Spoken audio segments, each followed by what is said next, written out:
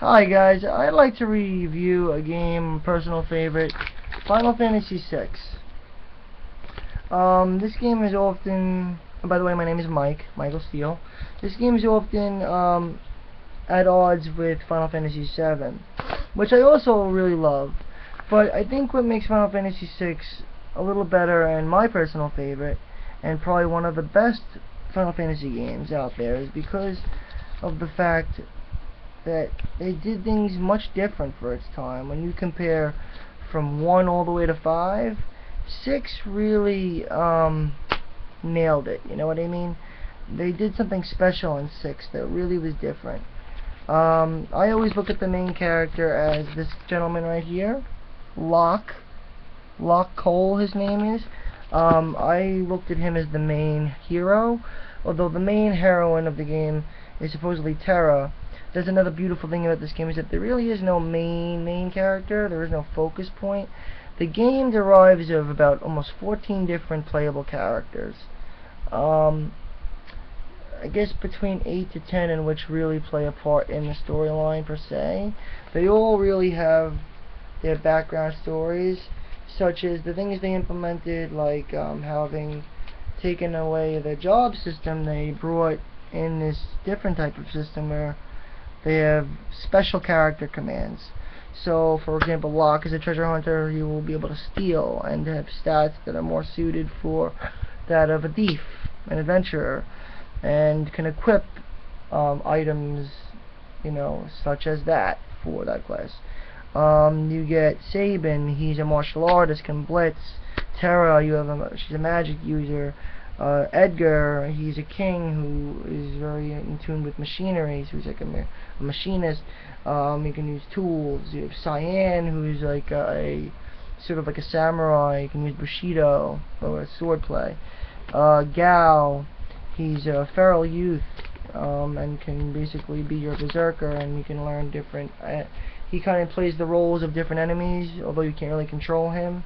Although every character is different. Setzer, an airship pilot, he's like a gambler, so his moves, special command would be like slots. You have to get the slots connected, and all this uniqueness really adds up to a really fine gameplay experience. The sprites in the game were probably top notch that you'd ever see on the Super Nintendo. Very close to Chrono Trigger. The artwork was done perfect. All the detail they put in the sprites in itself was amazing. The music was probably I would think it's the heart and soul of Nobuo's work. Nobuo Uematsu put so much work, or maybe just got lucky, but the soundtrack in Final Fantasy VI is probably my favorite soundtrack out of any of the other Final Fantasies. I'd say that it's even better than Final Fantasy VII. The soundtrack is just so good. Maybe a little bit tuned down because of the age of the game, but even today's standards, I would say some of this music is really, really, really good. And the generic theme for the game really is a good game. And they always talk about tragedies. This game is filled with tragedies. Even the whole theme of the game is about the War of the Magi, and about how it desolated the world or desecrated the world into a desolate wasteland, and people eventually had to fend for themselves, and magic ceased to exist. Magic was brought to the world by these god statues. They were like gods. They weren't really statues, and I don't want to do any spoilers here, but basically it came to a halt. And Final Fantasy VI takes the place in where magic is on the verge of being reborn, and you'll sort of see yourself in an industrial revolution, sort of like Renaissance type of feeling to the world in which you'll be playing through. The music again is breathtaking. The character uniqueness is just fun to play.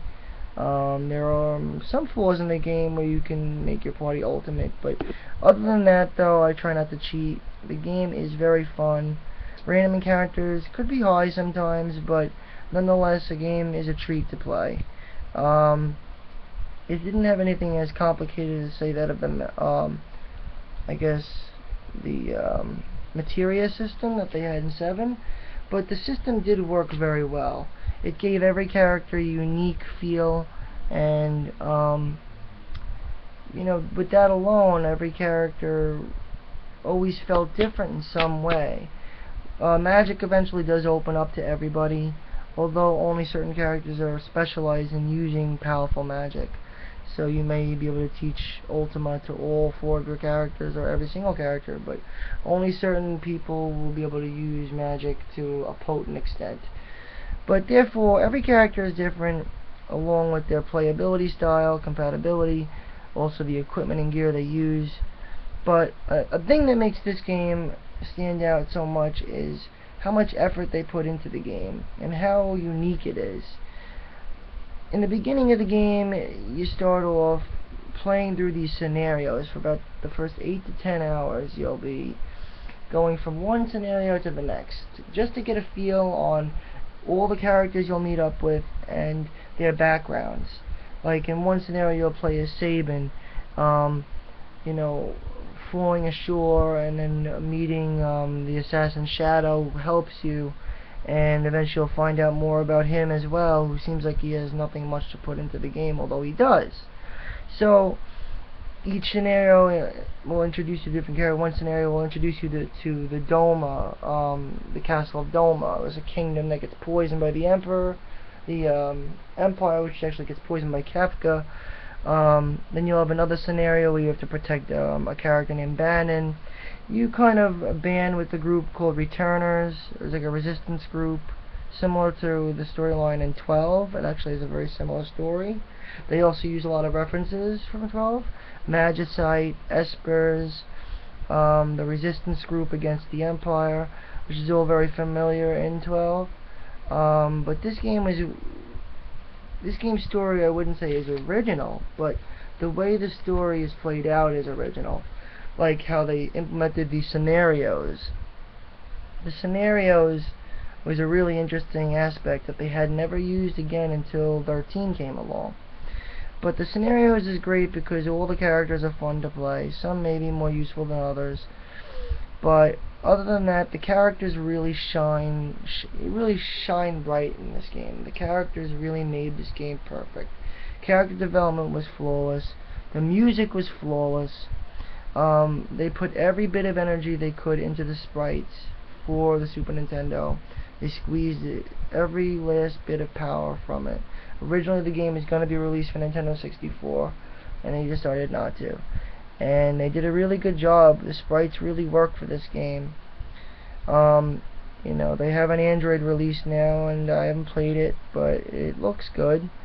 But that gritty look just makes it feel right, you know, and it's an original.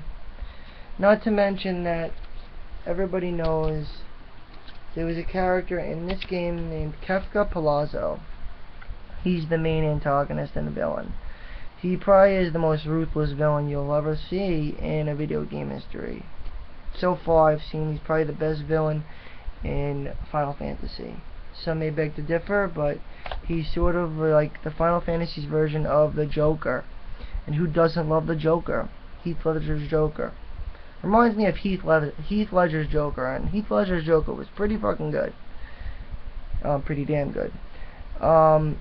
That being said, he was a really good villain. I loved him the first time I saw him. Kefka Palazzo. The story is amazing. It's got deceit, tragedy, it makes you cry, characters die, but in the end you'll see that this game has a strong theme of rebuilding and the want to live life. It's overcoming your hardships and sticking together as friends. And not only is Kefka one of the best villains, but he's actually one of the only villains that have succeeded in actually destroying the world. And that's when the game actually shifts to a totally different point of view, where everything almost becomes optional. Kefka destroys the world, you're in a world of ruin, which is basically, most of the stuff in the world of ruin will be optional. That being said, my time is short, but I'd recommend you to pick up Final Fantasy VI. It is in every way just as good as 7, and you're gonna love it, I promise. And if not, then hey, at least you tried.